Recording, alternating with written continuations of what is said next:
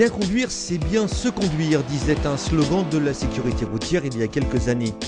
Nous pourrions ajouter qu'apprendre à bien se conduire commence tôt, en fait dès qu'on a l'âge d'enfourcher un deux roues, qu'il soit motorisé ou non.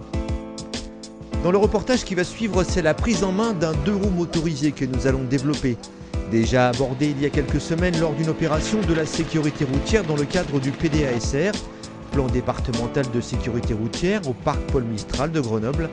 C'est sur le parking du gymnase Colette-Besson à Saint-Martin-d'Air que nous avons retrouvé de jeunes martinérois venus se former à la conduite d'une moto et plus généralement au bon geste et respect du code de la route grâce au précieux conseil des équipes de la police nationale, municipale et du service prévention.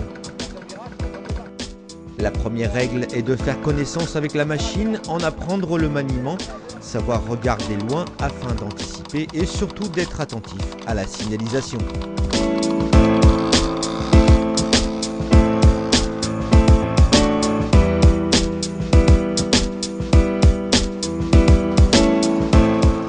Là aussi, organisé dans le cadre du PDASR et principalement axé vers le jeune public, cette manifestation a accueilli toute la matinée un public de lycéens et de collégiens que nous avons rencontrés en compagnie de leurs professeurs. Nous on a un public un peu difficile, entre guillemets, qui est un public de SECPA, qui sont très à l'écoute de tous ces soucis-là, de sécurité et autres, mais qui aiment bien, on va dire souvent, constater sur le terrain ce qui se passe. Et on trouve que les activités proposées sont très pertinentes, en particulier le test des lunettes d'alcoolémie. Il se rend compte concrètement que 2 verres de vin, ça peut avoir des conséquences dramatiques sur la maîtrise de l'espace. Voilà. Donc nous, on a été sollicité par Johnny, via notre principal et monsieur le grand directeur, et on a accepté la proposition parce qu'on pense que c'est une activité très positive pour nos élèves. Je trouve d'abord que c'est bien de l'avoir ouvert aux scolaires le matin, parce que au moins je suis sûre que les élèves qui devaient passer viennent. Ça, c'était vraiment indispensable. Les élèves qui devaient impérativement passer sont là. Et l'après-midi, c'est bien de l'ouvrir à d'autres jeunes qui ne savent pas forcément quoi faire de leur après-midi. Et puis je trouve que c'est très ludique. Parce que je regarde toutes les activités, elles sont très ludiques. Donc c'est vraiment intéressant pour les jeunes.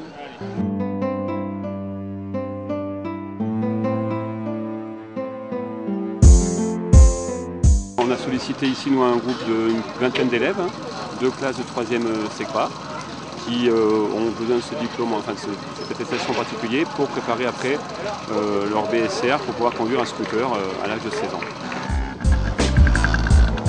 Cette activité, on avait préparé un petit peu, nous, puisque dans le cadre de la SSR2 au niveau 3e, on a fait des cours de préparation sur la conduite des 50 cm3, la loi aussi par rapport aux engins, puisqu'on ne peut pas les entretenir débridés et autres.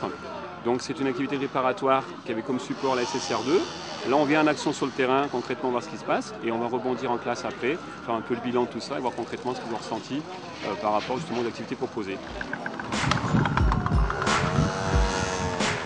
Si l'augmentation du nombre de décès sur les routes du pays a vu en réponse une politique souvent considérée comme répressive, la prévention n'a pas dit son dernier mot. C'est d'ailleurs par elle que l'on peut atteindre les jeunes, catégorie la plus souvent exposée lors d'accidents de deux roues. À Saint-Martin-d'Air, des opérations de sensibilisation à la sécurité routière, au partage de la route et au comportement citoyen sont mises en place tout au long de l'année. Pendant les vacances, avec un groupe de jeunes, pour le projet PDASR 2011, on a fait un film qui parlait de prévention routière. C'était quoi le scénario du film? C'est la prise de risque. La prise de risque. Et en fait, on faisait des petites scénettes, toutes petites, où on mettait en scène un scénario. Et c'était plusieurs accidents ou prises de risque qu'on pouvait faire sur la route. Moi, ce qui m'a bien plu, c'est justement d'écrire les scénarios. J'ai appris que quand on part en vélo, il faut toujours mettre le casque et la bandelette jaune pour bien être remarqué. Et tout ce qui se passe dans les accidents de la route, qui sont souvent mortels. Parce qu'en vélo, souvent les personnes elles n'ont pas de casque, et en scooter aussi.